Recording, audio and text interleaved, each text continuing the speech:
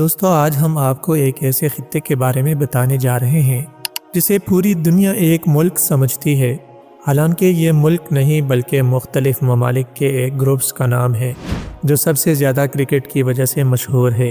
جی ہاں، آج ہم شیئر کرنے جا رہے ہیں ویسٹ انڈیز کی۔ اس خطے کے کون سے ممالک میں پاکستانی اور بھارتی بغیر ویزا جا سکتے ہیں؟ اس خطے کے کرکٹرز کو کالی آندھی کیوں کہا جاتا تھا اور یہ کیوں دنیا بھر کے کرکٹرز کے لیے ایک ڈراؤنا خواب تھے؟ یہ خطہ بھارت سے 14,000 کلومیٹر دور ہے، اس کے باوجود انہیں ریڈ انڈیز کیوں کہا جاتا ہے؟ کیا واقعی یہاں ایک قبیلہ انسانوں کو کھاتا تھا؟ یہ سب کچھ ہم آج کی اس ویڈیو میں جانیں گے۔ چلیے اب نکلتے ہیں ویسٹ انڈیز کے ایک شاندار سفر پر۔ دوستو، اس خطے کا تاریخی نام ویسٹ انڈیز ہے اور موجودہ نام کریبین ہے۔ اس خطے کی کل آبادی تقریباً 4,45,00,000 ہے۔ یہ آبادی مختلف ممالک اور بہت سے جزیروں پر مشتمل ہے، جن میں سب سے مشہور بارباڈوس ہے۔ دوستو، سوچنے کی بات یہ ہے کہ اگر ویسٹ انڈیز کوئی ملک نہیں تو یہ نام پوری دنیا میں کیسے مشہور ہو گیا؟ یہ کہانی 16ویں صدی کی ہے، جب یورپ ہر حال میں بھارت کو تلاش کرنا چاہتا تھا۔ اس وقت کا ہندوستان برصغیر کہلاتا تھا، یعنی آج کا بھارت، پاکستان اور بنگلہ دیش ایک ہی ملک تھے، اور یورپی لوگ ہندوستان کو انڈیز کہتے تھے۔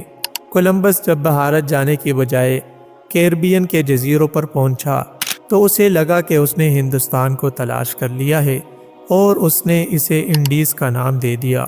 1498 میں جب واسکو ڈی گاما برصغیر پہنچا تو اس نے کہا کہ اصل ہندوستان تو یہ ہے۔ کولمبس نے غلط علاقے کو ہندوستان سمجھ لیا ہے۔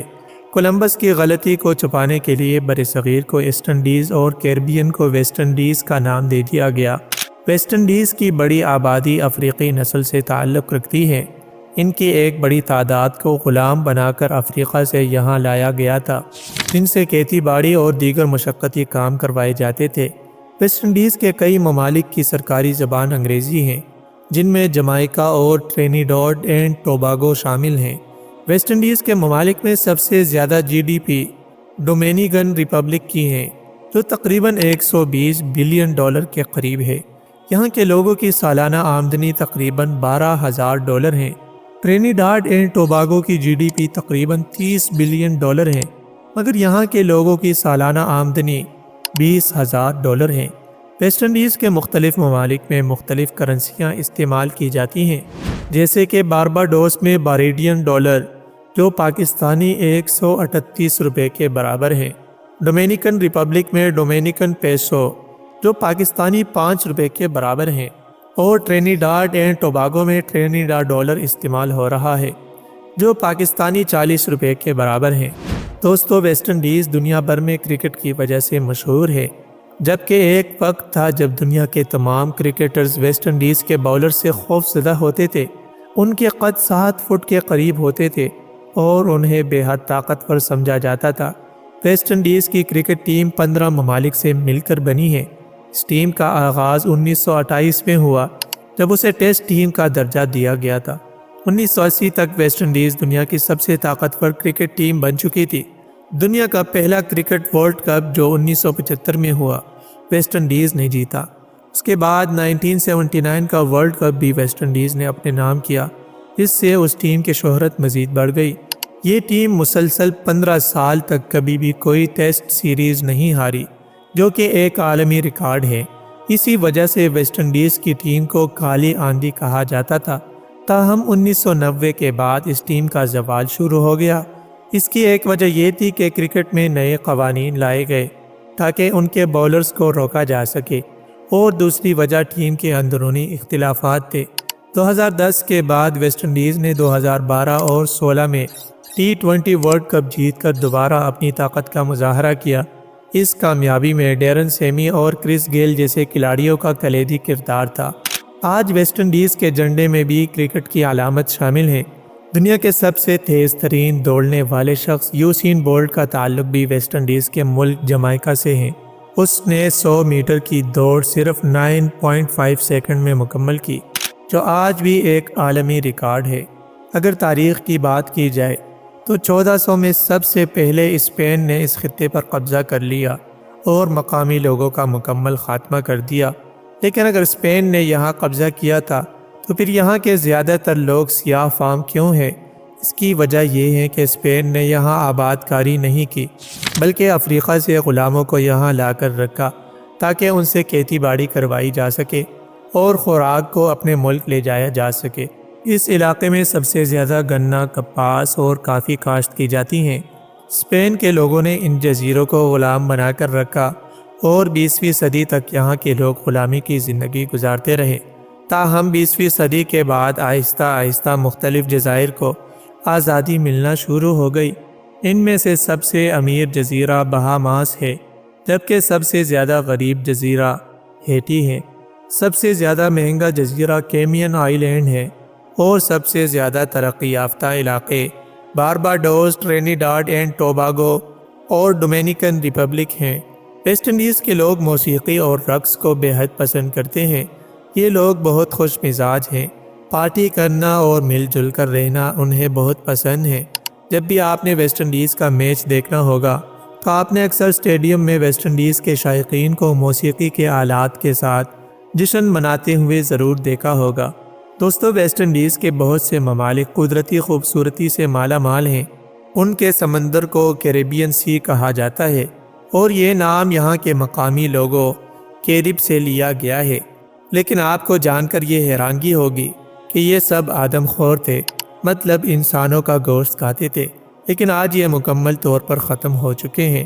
ویسٹ انڈیز کے خوبصورت ممالک میں بہاماس شامل ہیں، جس کی آبادی تو صرف 4 لاکھ کے قریب ہے، لیکن ٹورسٹ 70 لاکھ کے قریب آتے ہیں۔ ٹورسٹ آنے کی سب سے بڑی وجہ یہاں کی قدرتی خوبصورتی ہے۔ ویسٹ انڈیز میں پاکستانیوں کی تعداد تقریباً 5000 سے 7000 کے قریب ہے، لیکن آپ کو جان کر حیرانگی ہوگی کہ انڈینز کی تعداد 10 لاکھ سے بھی زیادہ ہے۔